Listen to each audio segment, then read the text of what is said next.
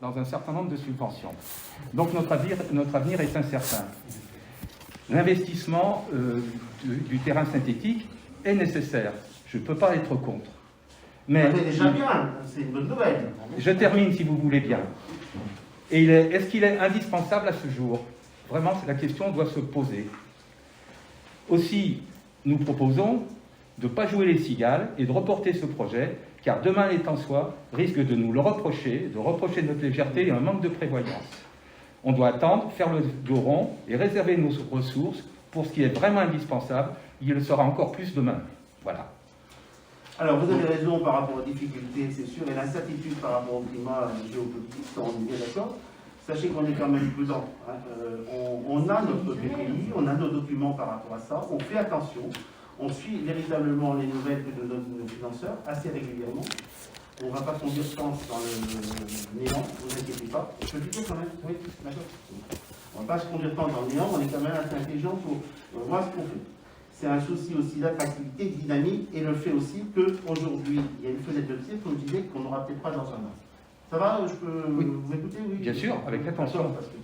Avec beaucoup d'attention. Voilà. Donc, à ce jour, voilà. Il nous semble que s'il y a un moment où il faut y aller, c'est à ce moment, par rapport à ça. Voilà. Ah donc, oui. Oui. Dans tes propos, tu nous as rappelé qu'on avait une capacité d'investissement. Elle est de quel niveau? Mais tu auras tout au niveau des chiffres, voilà. Vous aurez tout en commission finance et ça ne sera tout proposé. Vous nous demandez de voter sur des sommes pour lesquelles on peut être d'accord sans savoir quelle est la capacité financière de notre commune. C'est des chiffres qu'on donne chaque année en commission finance. Vous allez avoir une commission finance. Vous les aurez, ces chiffres. Voilà. C'est prévisionnel. Ce que vous ne comprenez pas, c'est que non, la commission des finances, c'est pas une case à cocher simple. Voilà. Mais alors, qu'est-ce que vous avez fait? Attendez, il ne s'agit pas de parler de ce qui s'est passé avant. Il faut non, mais attendez, non, mais simplement, M. Bouli, vous avez vu le théâtre que vous faites? Non. Et vous voulez qu'on vous fasse participer maintenant dans les différents... Ah, mais c'est pas je suis désolé, hein. Bien, nous prenons note que vous refusez de nous faire participer. Je vais prendre position en tant qu'adjoint aux finances. La commission finance sera réunie. Elle a déjà été réunie une fois. Vous en avez eu le compte rendu, M. Bouli, puisque vous n'étiez pas présent à cette commission finance. Donc, la prochaine commission finance, ce sera la deuxième fois qu'elle sera réunie. Hein, donc, ne dites pas qu'elle n'a jamais été réunie. Maintenant, vous aurez les chiffres. En temps voulu, vous n'allez pas à chaque conseil nous redire les mêmes choses. Hein. Vous aurez les chiffres, de toute façon. Dites-moi bien qu'on ne part pas à l'aveugle non plus, mais on est bien obligé de faire du prévisionnel. Vous avez raison. Sinon, moi, je vous retourne votre question par rapport à la situation actuelle. Qu'est-ce qu'on fait? On arrête tout? Non. Ah ben, vous nous avez demandé. Il ne faut pas aller sur le synthétique. On se dirige vers l'indispensable. Mais... Et c'est quoi l'indispensable pour vous? Aujourd'hui, c'est pas ça. C'est quoi l'indispensable pour vous aujourd'hui? C'est ce qui est de la revitalisation du centre-bourg. Oui, parce que tu penses qu'en un mandat, on pourra revitaliser tout le centre-bourg. Je t'ai jamais. Est-ce que je t'ai dit ça? Pas du tout. Mais je pense que la revitalisation du centre-bourg est dans un contexte comme on est en train de vivre est beaucoup plus importante parce que c'est un soutien fort au commerce et au développement de Tence. Et que le terrain synthétique, c'est une très bonne chose. Pour nous, ça doit être porté au niveau communautaire.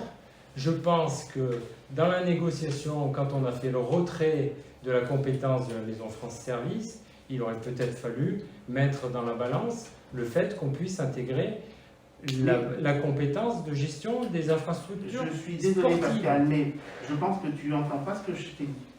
Je t'ai dit que ça ne sera pas porté par la communauté de communes puisque le bureau ne le souhaite pas. Donc ça, c'est pas dire on souhaite, il faudrait que, on est d'accord. Mais tu es président de la communauté de communes. C'est quand même toi qui es à la tête de cette structure et qui doit donner la ligne directrice et être suivi par ton bureau. C'est pas moi qui suis la ligne directrice. On a 6 communes avec des maires, des vice-présidents. Voilà. Ils ne souhaitent pas aller prendre ce terrain au niveau de la communauté de communes. Donc c'est simple et c'est clair, ça ne sera pas communautaire. Allez, la délibération concerne d'approuver le projet de création d'un terrain synthétique, d'approuver le plan de financement prévisionnel de demander au maire d'aller solliciter les financeurs, donc l'État, l'Agence nationale du sport, la région Aura, la Fédération française de foot et le département, et de lancer la consultation des entreprises une fois que tout sera passé. Est-ce qu'il y a des gens qui sont contre? Ah mais je croyais que vous étiez pour, ça dit. Pas dans les conditions que vous nous proposez. Non mais c'est... Quelles conditions? Bon, alors, je veux... 5 voix contre, il y a une procuration, hein, je crois. Oui. 5 voix contre, donc... On vous les a expliqués, les conditions. On vous a expliqué pourquoi. Non, moi je vois simplement une chose, c'est que je suis désolé, mais je pense qu'il y a une frustration de votre part. Il y a une frustration de votre part parce que... Arrêtez de pleurer, monsieur le maire. Et ça c'est un choix démocratique. Vous verrez dans 4 ans. Vous faites que dans 4 ans, vous Mais pas verrez. du tout, David. Arrêtez de pleurer. Laisse-moi finir, s'il te plaît. Il y a une frustration par rapport à ça, vous n'avez pas encore compris que vous avez perdu. Vous n'êtes pas aux affaires, voilà. Nous, on a une ligne directrice qui nous consigne à aller là. On ne fait pas ça dans, on va dire, à l'aveuglement. On recalcule suffisamment, je peux le dire. Voilà. Maintenant, écoutez, vous dites que vous êtes pour et vous votez contre. Donc, Non. moi, je pense véritablement qu'on est dans la bonne direction. Ça nous J'ai jamais dit que j'étais pour, moi. C'est une bonne chose. On t'a dit que Allez. c'était une bonne chose. On vous mais dit qu'il y avait qu'il des faut priorités. attendre. On Mais ne vous vous dit pas qu'on est attendez contre. quoi, monsieur Bouli 4 ans, il faut attendre 4 ans. Non, pas du tout. C'est votre souhait. Non, Non, pas du soir. il y a des priorités, il y a des l'assainissement, les priorités, trucs comme il y a ça. l'assainissement. L'assainissement. On ne pas les mêmes. Allez, on continue. Il y a le centre-bourg, il y a beaucoup de choses. Délibération. Ce sera les mêmes emprunts. On arrête. Délibération. Est-ce qu'il y a des abstentions, par contre, excusez-moi. Donc pas d'abstention. Délibération numéro 2, DETR 2022, donc pareil, revitalisation centre-bourg, aménagement de la rue des Casernes. Michel. Alors déjà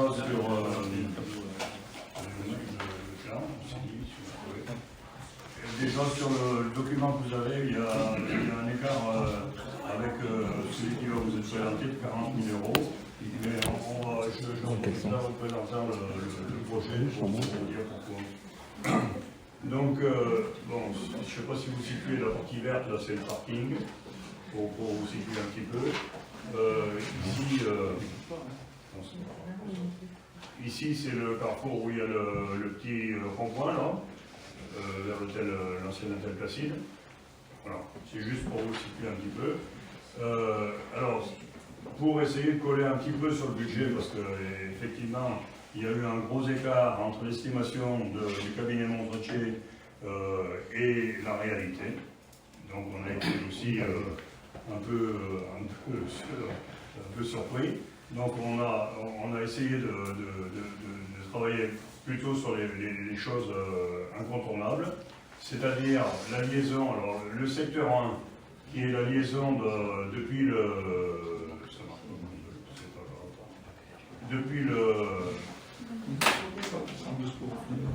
la rue de centre de secours, oui, grosso modo, jusqu'à la maison de retraite. Ça, c'est le secteur 1. Le secteur 2, c'est de la maison de retraite jusqu'à le grand carrefour qu'il va y avoir là où on a démoli la maison Montélimar. Le secteur 3, c'est la rue des Casernes. Le 4, c'est le carrefour principal. Là, voilà. Et le secteur 5, c'est le carrefour de la gare. Donc, ce qu'on a décidé de faire, c'est de mettre en parenthèse. Alors, cette délibération elle concerne uniquement la remise en état des surfaces. Hein. Il n'y a pas les réseaux. On a décidé de faire les réseaux pour l'ensemble de ce plan-là, parce qu'on est tenu à avancer dans ce domaine. Par contre, on a mis en parenthèse la réflexion des surfaces du secteur 3, là-bas, à la rue des Casernes, et le secteur 5, le carrefour de la gare.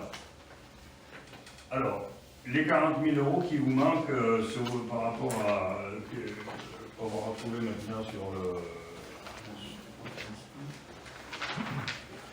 Donc, les 40 000 €, ça vient du fait que là où on va passer l'assainissement, dans les zones qu'on n'aura pas à reprendre, il faudra quand même refaire du goudronnage dans ces zones-là, dans la zone tranchée, si on peut dire, Donc ça a été estimé à 40 000 euros. Voilà la différence qui peut être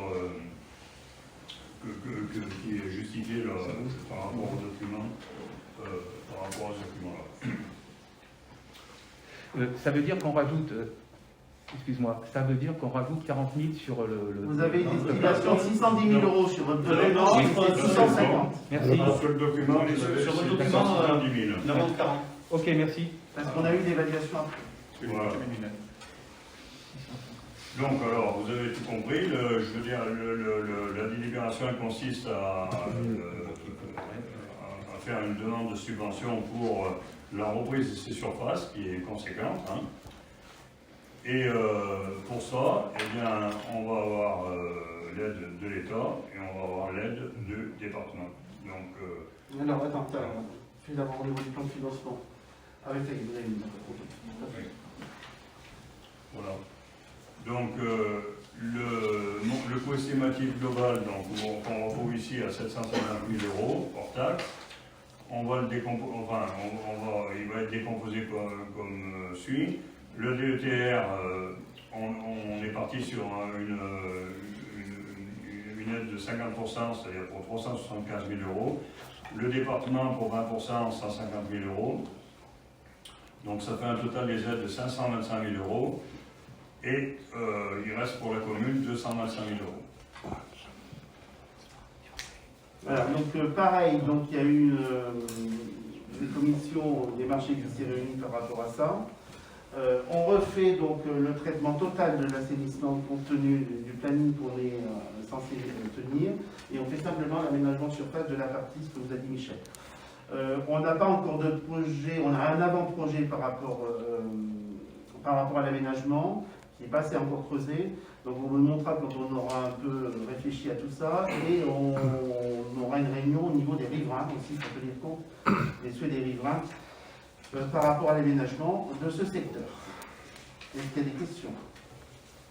Oui. Vous confirmez que les 225 000, c'est de l'autofinancement? Ou de l'emprunt. Ou de l'emprunt, monsieur Bouly. Eh bien, l'autofinancement, c'est pas de l'emprunt. Ah, c'est pas d'accord, c'est la loi. Vous le savez? La loi. Ah, c'est Mais c'est la loi comptable. Oui.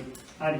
D'accord? Monsieur Bouly. Monsieur le maire, est-ce que vous êtes d'accord Mais avec là, moi? je peux simplement vous dire que là, la ligne autofinancement, peut-être qu'on n'ira pas à totalité sur l'emprunt. Hein. Voilà. Donc vous, ah oui, alors donc vous sous-entendez qu'il y aura de l'emprunt. Il y aura de l'emprunt. Bien sûr, monsieur Bouly. Alors c'est pas de l'autofinancement. Vous qui avez des chefs d'entreprise, vous n'avez jamais emprunté dans votre vie? J'ai jamais dit ça, mais j'ai jamais appelé Voilà. les Comment vous emprunts. investissez? Je n'ai jamais appelé un emprunt de Comment l'autofinancement. vous investissez? D'accord. Oui. Voilà. Bon, alors, Confondez les termes comptables. la délibération consiste à approuver la revitalisation du centre-bourg, de cette partie donc du centre-bourg. Là, on est bien sur le traitement de surface uniquement, hein, d'accord. Et de charger donc le maire à solliciter l'État pour le financement au niveau de la DETR, et d'autoriser le maire à prendre toutes les dispositions et signer tout document nécessaire à ce financement. Est-ce qu'il y a des personnes qui sont contre? Est-ce qu'il y a des abstentions? Merci.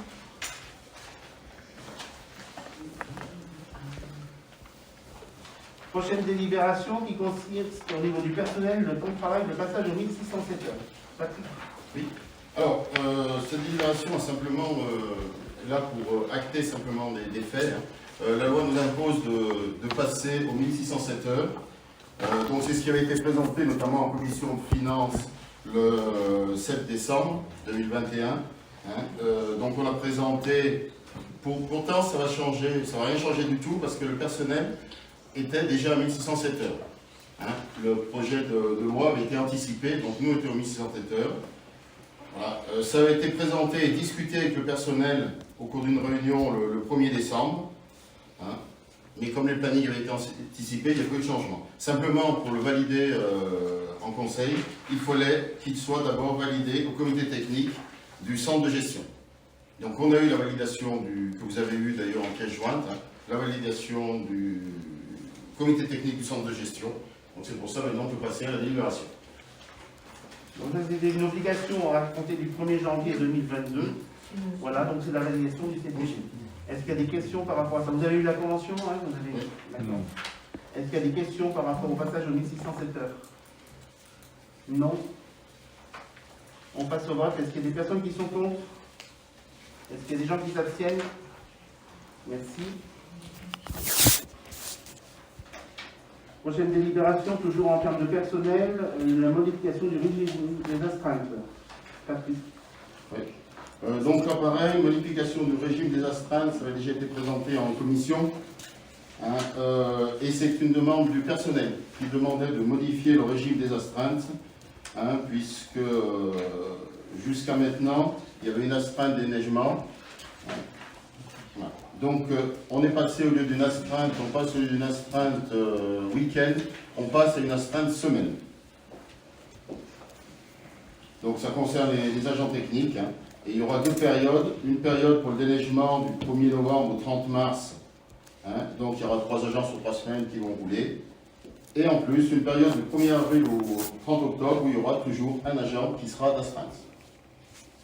Et ce sont des astreintes complètes du lundi au vendredi.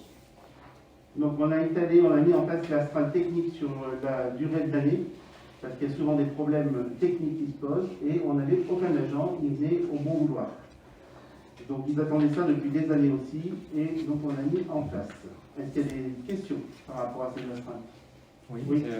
Simplement, juste pour savoir, en termes d'incidence financière de charges de personnel, c'est... Alors, les agents, au lieu de toucher actuellement, les agents d'astreinte touchent 78,23 €. À partir de maintenant qu'ils sont en astreinte semaine, ils percevront 159,20 €. Ça fait un surcoût d'à peu près 10 000, les astreintes coûtent à peu près 10 000 € par an. Toutes charges comprises. Mais toutes charges comprises, non, on ne peut pas calculer au centime près, puisque chaque fois qu'il y a astreinte, il peut y avoir aussi des heures supplémentaires. Donc, en fonction du nombre d'astreintes et des sorties et tout, on ne pourra pas vous dire, nous, peut-être que vous pouvez, mais nous, on ne peut pas vous dire au centime près combien coûtera les astreintes. Et c'est de l'ordre d'environ 10 000 €. Non, mais ma question, c'était par rapport à la charge financière de l'astreinte, hormis les heures supplémentaires, parce que personne ne sait... 10 000 € environ. Un peu moins 10 000 €, mais chargé. Oui, oui. Un peu moins de 10 000. D'autres questions? On passe au vote. Est-ce qu'il y a des personnes qui sont contre? Est-ce qu'il y a des abstentions? Merci.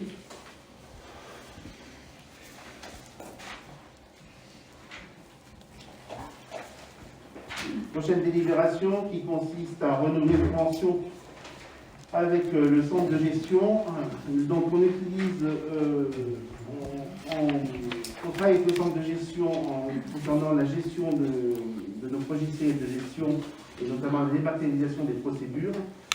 Cette convention arrive à échéance donc au 31 décembre de chaque année. Il nous est demandé aujourd'hui de renouveler cette convention. Donc là, la délibération, c'est le renouvellement de cette convention qui est en cours depuis déjà plusieurs années. Est-ce qu'il y a des questions? Est-ce qu'il y a des votes contre? Des abstentions? Merci. Au niveau des divers maintenant.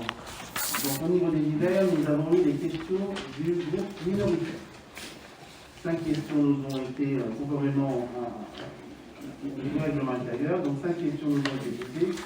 Première question, donc le budget des conseils municipal, il avait été demandé donc le coût salarial et le budget prévisionnel de la maison France Service.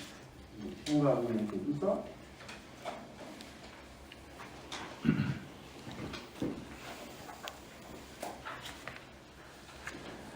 Voilà, au niveau fonctionnement de...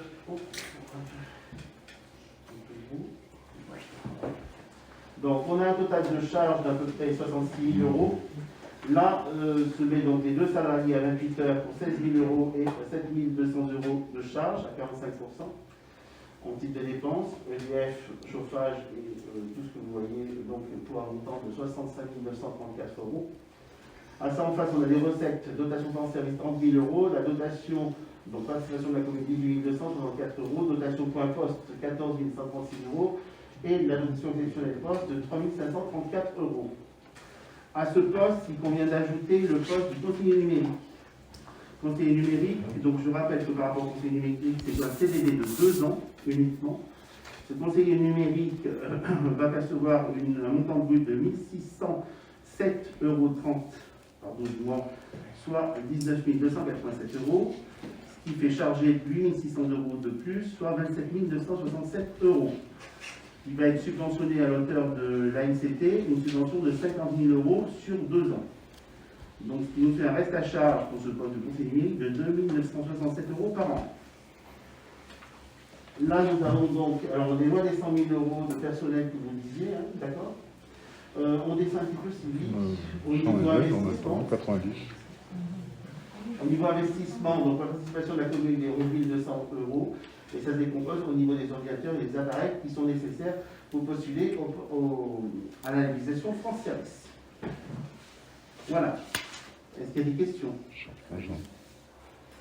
C'est bien dommage qu'on ait ces chiffres que maintenant. Ces chiffres, vous les avez pourquoi? Je vais t'expliquer pourquoi. Vous êtes en train de vous faire votre tort parce qu'en filmant, on n'avait pas les chiffres véritablement sur place, et en filmant, on ne peut pas de bêtises. Tout simplement. Mais nous les avons obtenus de la préfecture. Vous les avez obtenus de la préfecture? Ah Oui, bon? bien sûr. Oui, les chiffres. Alors, non seulement. Alors, juste une petite précision. Et voilà, Sur l'investissement du matériel et tout? c'est votre document. Le document C'est qui a le été document de envoyé à la présentation que préfecture. vous avez présenté Alors, et défendu. petite info complémentaire, quoique les chiffres, c'est que sur les dépenses aujourd'hui, j'ai encore négocié aujourd'hui même avec le fournisseur et on réduit la facture de 2 000 €. Donc, mec, pour vous donner des chiffres précis, Non, mais c'est du prévisionnel. Est-ce qu'on a dit autre chose? bah maintenant, Mais vous savez, quand on va défendre un projet à la préfecture et qu'on présente ce projet au conseil municipal, pour quelle raison? Pour Ok, quelle donc motivation? Qu'est-ce qui vous fait Non, plaisir mais là-dedans? est-ce que vous La souhaitez... dernière fois, c'était Oui. aller au financement, aller vers la labellisation du projet France Service. C'était pas approuver le plan de financement. Hein. Et pourquoi le projet qui a été présenté ne nous a pas été présenté? Alors, on Pour quelle raison? peut polémiquer toute la soirée. Non, mais- Effectivement, le projet ne nous a pas été présenté. C'est un fait. Maintenant, il vous l'est présenté. Qu'est-ce que vous voulez de plus? Non, moi C'est tout. C'est on marche à l'envers. Eh ben, C'est-à-dire que peut-être, mais on pour fait- l'instant, maintenant, on a remis la marche avant. Donc, vous avez les chiffres. Oui. Voilà. Mais- Maintenant, Monsieur est-ce l'adjoint que aux c'est finances. utile de polémiquer plus longtemps? Monsieur l'adjoint Ouais, mais aux c'est finances. sûr que Nous vous posions en- la question. il n'y a pas de Nous vous démocratie. posions la question Oh, en vous demandant quelle était Vu les situations les actuelles, je pense, au rémunérations. niveau de... Les rémunérations, J'emploierai ce terme. les rémunérations, on les a données. Je ne suis pas sûr qu'on soit autorisé de donner le montant précis d'une rémunération d'un agent. On vous avait dit, lors du précédent conseil, qu'ils étaient catégorisés, Oui. Oui. hein, et que ça correspondait à peu près à un SMIC. Mais quel échelon? Voilà. Ben, le premier Ah, échelon, d'accord. le plus Ah bon. plus loin. On vous l'avait donné, ça. Très bien. On Vous enregistre. le savez. Deuxième question, pouvez-vous nous indiquer qui sont les personnes recrutées pour assumer la tenue de la maison France Service? La dernière fois, nous vous avions dit que nous n'avions pas recruté encore, puisque nous avions reçu des personnes. Ces personnes sont tous postulées via Pôle emploi. On a travaillé avec Pôle emploi par rapport à ça, et nous avions reçu les personnes, d'autres personnes ont été reçues plusieurs fois, et nous avons fait un choix. Alors, en effet, vous avez sauté de joie, voilà. Nous avons décidé de prendre des personnes qui étaient les plus adaptées à notre avis au poste. Et donc, parmi les 3 personnes qui ont été recrutées, Natacha Grosso, Madame Faustine Tonda et Madame Audrey Girard, au titre du conseiller numérique. Je rappelle que c'est des CDD. Je rappelle que nous n'avons pas encore la labellisation de France Service. Voilà. Voilà. Donc, vous avez votre réponse. Et nous avons choisi véritablement avec les CV qui nous paraissaient les meilleurs et le duo, et le trio qui nous pouvait nous paraître le meilleur pour gérer ces structures. Oui. Nous vous avons alerté par mail, issu du conseil municipal, sur les risques d'inégalité du recrutement et des délibérations. Et en fait, on s'est renseigné, il existe quand même une jurisprudence dans ce domaine, et le fait d'employer l'épouse ou la compagne d'un adjoint peut être passible de poursuites judiciaires. Mais On allez tient- en justice. Non, mais c'est pas ça, David. C'est pas du tout ça. Écoutez, Nous, on parce préfère. que tu penses que véritablement, excuse-moi, tu penses que parce que tu es la femme d'un adjoint, d'un conseiller municipal, Tu n'as pas le droit de travailler, toi. tu n'as pas le droit de travailler si tu es à Pôle emploi. C'est pas ce que je dis.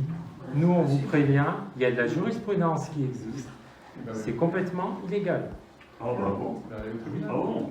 Mais c'est pas à nous d'aller au tribunal. Non, mais... On préfère vous le dire, c'est tout. Mais Il y a la jurisprudence. On assume nos choix. Exactement. Mais c'est très bien. On assume nos choix. Bien. troisième question, il nous a été indiqué lors du dernier conseil municipal que seules 2 solutions existaient pour la desserte en service postal. Avez-vous étudié la possibilité d'une délégation de service public avant de faire fermer la poste? Alors, on ne fait pas fermer la poste. Voilà, il faut bien quand même faire gaffe à ce que vous dites. On rappelle une dernière fois. J'ai déjà expliqué 2 fois. On a reçu le directeur départemental de la Poste qui nous a dit dans cette salle que quoi qu'il en soit, la Poste, dans les 2 ans, fermerait. C'est partout, c'est des agences postales qui se mettent partout. On a décidé d'anticiper ça dans le même temps, on allait quand même sur une maison française. Ça, c'est le premier point. Le deuxième point, aujourd'hui, au niveau de la Poste, il existe 2 solutions. Les solutions, c'est les agences postales communales, qui sont portées par les communes, et il existe les points postes qui sont dans les commerces. Relais commerçant. Voilà. La délégation de service public. On s'est renseigné auprès du directeur de la Poste hier. La délégation de service public, c'est une délégation d'un établissement public à un établissement public. On est d'accord, d'un service. La Poste, depuis 2010, n'est plus un établissement public. C'est une société à capital public, et c'est un établissement public et ne peut pas faire délégation de service public. Voilà. Mais notre question, c'était pas ça. La question, c'était la maison France Service, donc le bureau municipal postal, c'est comme ça qu'il faut l'appeler. Est-ce que la mairie aurait pas pu faire une DSP avec un commerce de temps pour tenir cette... Qu'est-ce qui l'en empêche? C'est quoi, cette maison France Service? Non, c'est la Poste qui fait... Le bureau. C'est la Poste. Alors, je vais répondre. Madame Lyonnais, sur 2 conseils où je l'ai expliqué, nous reprochait de dégrader le service de la Poste en le transformant en agence postale communale.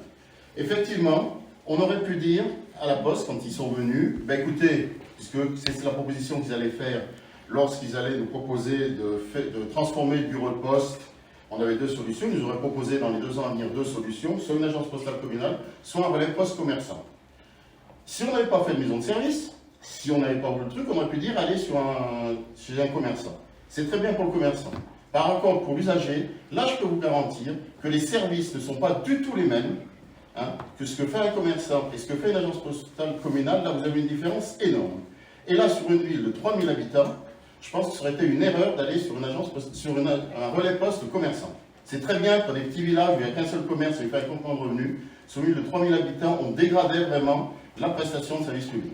Donc c'est pour ça qu'on est parti sur une agence postale communale où les services seront quasiment identiques à ce qu'il y a aujourd'hui dans le bureau de poste. Mais ce n'est pas notre question. Notre question, c'est est-ce que le bureau communal postal est-ce que la mairie aurait pu, et est-ce que ça a été étudié, la mise en place d'une convention de délégation de service public pour la tenue de cette mission postale. 1, quel intérêt? Et 2, c'est ça l'intérêt. C'est ça l'intérêt. Alors, effectivement, ça aurait coûté moins cher à la mairie. Sauf que si on fait une délégation à un commerçant, on n'a plus de maison France Service. Donc actuellement, où on est, comme le rappelait très justement M. Bouli, dans une période difficile, avec des conditions de vie pour tous les concitoyens extrêmement compliquées, je pense que les privés d'un accès au service public, d'un accès au numérique et tout, ça aurait été, là, pour le coup, une grave erreur. Parce qu'on ne pouvait pas avoir de maison France Service sans avoir d'agence postale communale. Je ne comprends pas. Mais ça n'enlevait pas l'agence postale communale. Ah bah si, la Poste, elle finance pas 2 trucs. Hein. La Poste, elle finance pas l'agence postale communale et une maison et un point poste commerçant. Non, mais c'est pas. Mais encore une fois, vous ne comprenez pas.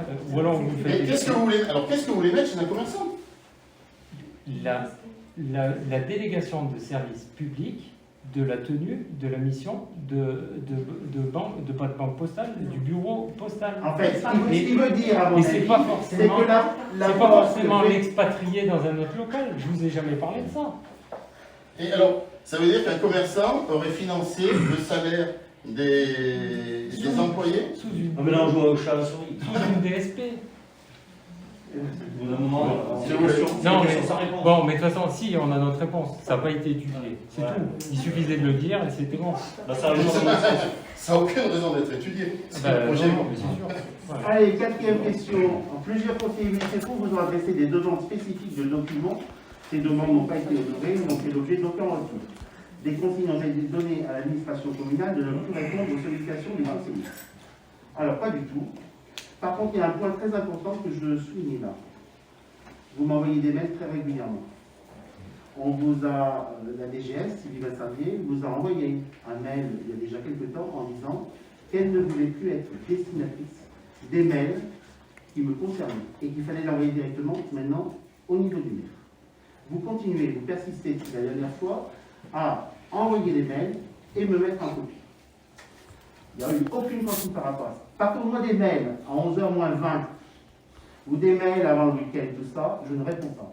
Et des mails, si vous voulez, M. Bouly ou M. Rocher, qui demandent des documents que vous n'avez pas à avoir, des courriers de l'ARS, des courriers de la préfecture, je ne les fournis pas et je ne réponds pas aux mails. On va bien être clair. Donc, monsieur le maire, je vous remercie de votre réponse avec 3 semaines de retard. Mais moi, je ne réponds Mais- pas à un mail, M. Rocher, de 11h moins 20 ce soir. D'accord? Mais vous pouvez me répondre le lundi à 10h si vous le souhaitez, monsieur le maire. Avez-vous sollicité les aides financières issues des amendes de police pour les aménagements de sécurité? Le département est en train de travailler. Voilà. Ces amendes de police sont distribuées au niveau des communes pour faire la demande pour la sécurité. On va en faire, on a jusqu'au 1er juin pour faire la demande. Voilà. 2 points de plus en divers.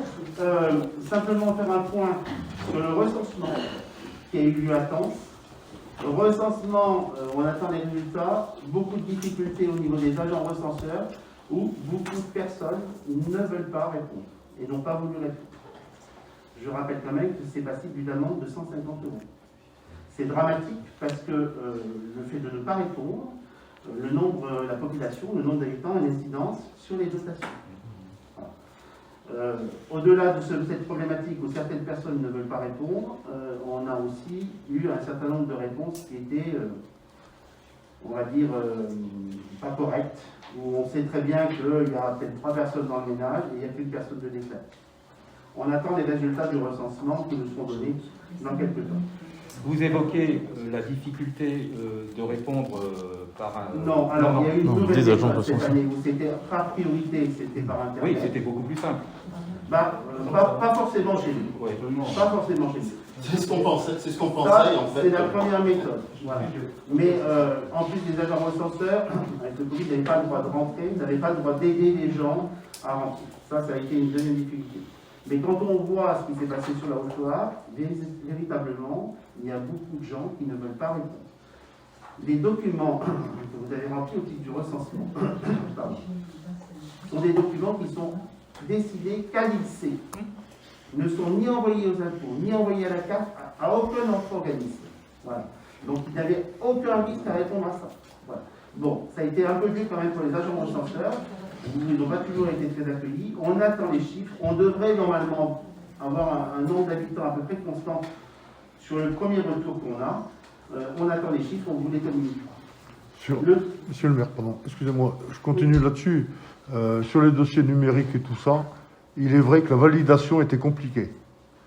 Oui, mais Parce qu'il y a beaucoup de validations qu'on faisait et qui n'ont pas été prises en compte.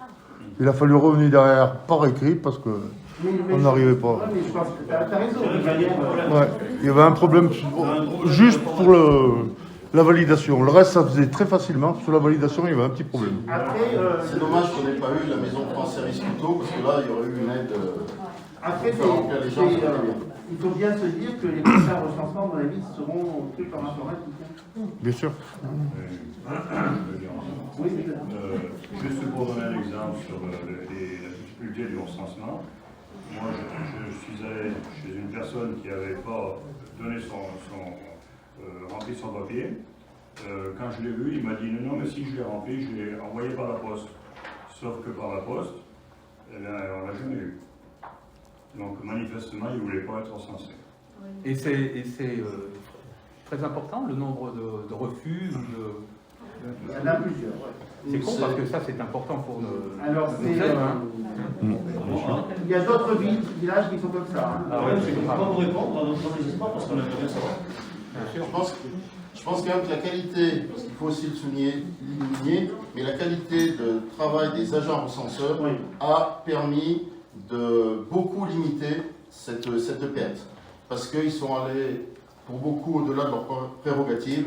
Et quand ils avaient ordre de ne pas rentrer chez les gens, de ne pas aider, je sais qu'il y en a beaucoup qui ont quand même aidé les gens parce qu'on ne peut pas laisser une personne âgée ou une personne âgée, ou pas d'ailleurs, en difficulté, lui dire débrouillez-vous toute seule. Donc je pense que nos agents recenseurs ont quand même fait un excellent boulot et ont limité énormément la casse. Deuxième information que je voulais vous donner, ça concerne le bureau de vote de Chaumargy. Donc je vous avais mentionné le dernier conseil, il me semble, que la préfecture nous demandait véritablement de déplacer le bureau de vote de Chaumargy, de réorganiser nos bureaux de vote, en faisant en sorte qu'on ait 3 bureaux de vote avec un nombre à peu près identique de personnes, qui impliquait donc que le bureau de vote de Chaumargy allait être supprimé, puisqu'on ne pouvait pas envoyer quelques 700 ou 800 personnes là-haut, en termes de sécurité. La préfecture est revenue sur sa décision cette année, en disant que bon, il y avait un vice ou je ne sais pas quoi au niveau des textes. Donc le bureau de Chaumargy est re-maintenu cette année. Les gens ils vont voter à Chaumargy. L'année prochaine, par contre, tout sera refait de nouveau et sera remis sur temps avec 3 bureaux identiques. Donc le bureau de Chaumargy sera supprimé l'année prochaine.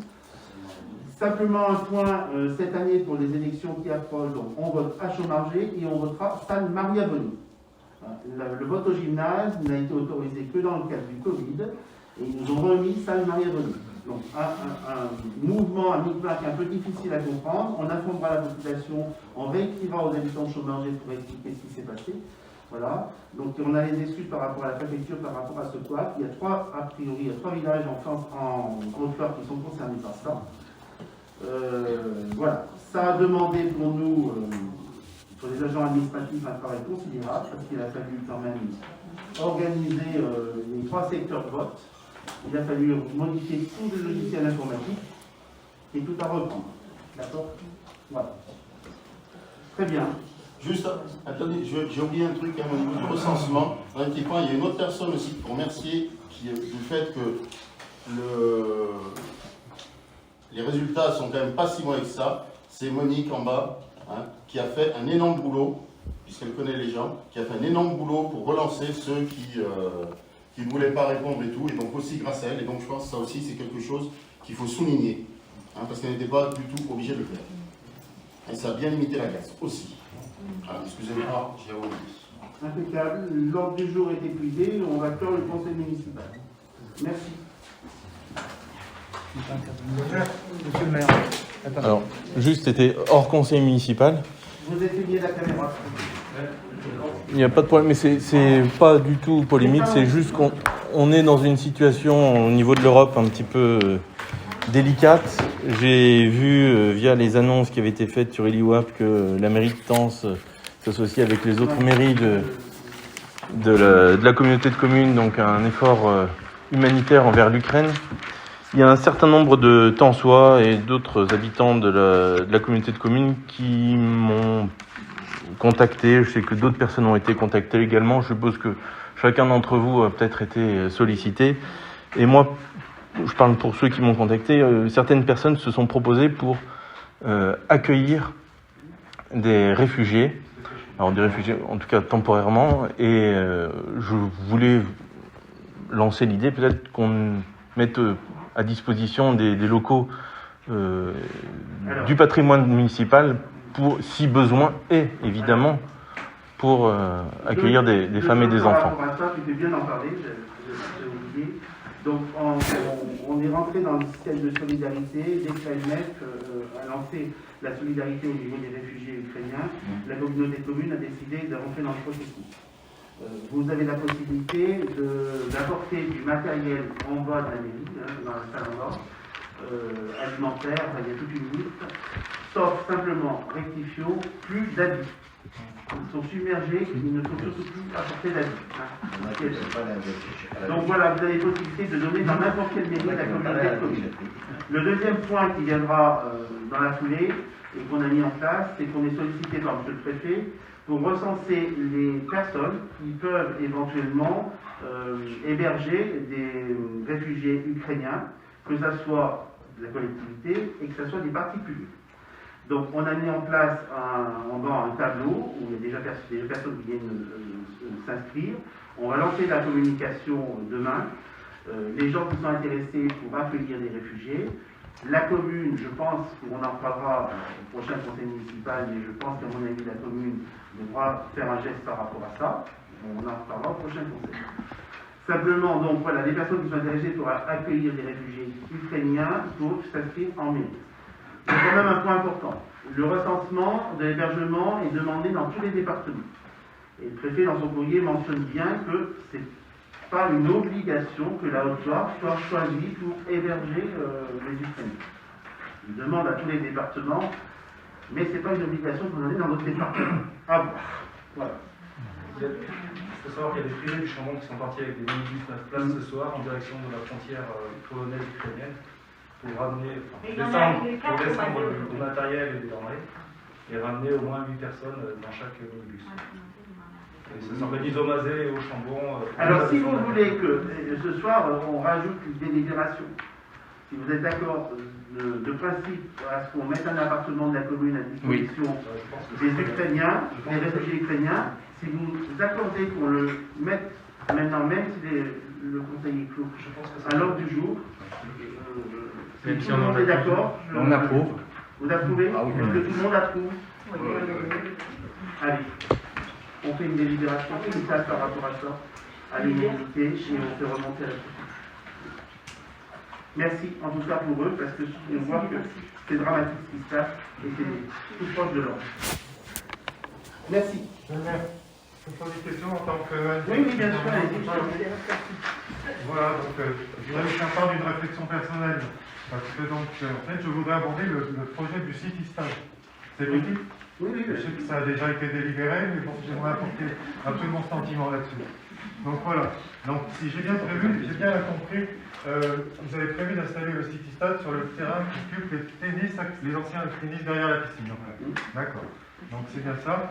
Et d'autre part, vous voulez réhabiliter une plage, donc quelque chose qui pourrait s'installer derrière à côté des usines prochaines. On est d'accord? Elle est faite, hein. C'est un projet, on est d'accord. Elle est faite, hein. Oui, d'accord, mais pas de plage. Alors voilà, donc, un City Stade, une plage, deux bonnes idées, pas de souci. Par contre, alors je trouve personnellement la mise en œuvre complètement incohérente. Je vais vous dire pourquoi. Alors, les tennis derrière la piscine, pour moi, ils sont tombés en décrépitude. Pourquoi? Parce qu'ils sont complètement à l'écart de la ville, de tout ça. Tous les gens qui peuvent venir à Caen ne les voient pas. Donc, aucun accès, aucune visibilité de savoir qu'il y a des tennis qui sont là-bas. Voilà.